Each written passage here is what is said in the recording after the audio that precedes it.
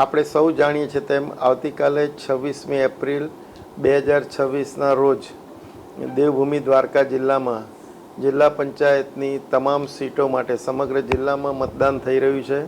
સાથે સાથે 4 તાલુકા પંચાયત માટે પણ મતદાન થનાર છે અને ખંભાળિયા નગરપાલિકા અને જામ રાવલ નગરપાલિકા માટે પણ આપણે સ્થાનિક સ્વરાજ્યની ચૂંટણી માટે મતદાન કરવાનું જઈ રહ્યું છે. ગરમીના દિવસો છે, ગરમી પડવાની શક્યતા પણ હવામાન ખાતાની આગાહી છે. આ બધી જ બાબતો ધ્યાને લેતા હું સૌ નાગરિકોને અનુરોધ કરું છું કે મતદાન માટે આપણે વહેલી સવારથી જ જે સમય આપ્યો છે ત્યારથી મતદાન કરીએ અને આપણો જે હક છે મતદાન માટેનો અને આપણી ફરજ જે છે એને આપણે બજાવીએ. મતદાન મથકો ઉપર આજે બધી જ જગ્યાએ સ્ટાફ પહોંચી ગયેલો છે અને જે કંઈ પ્રાથમિક સુવિધાઓ છે એ પણ સુનિશ્ચિત કરી લેવામાં આવ્યું છે. હવે તંત્ર તરફથી બધી જ તૈયારી થઈ ચૂકી છે, પોલીસ બંદોબસ્ત ગોઠવાઈ ગયો છે.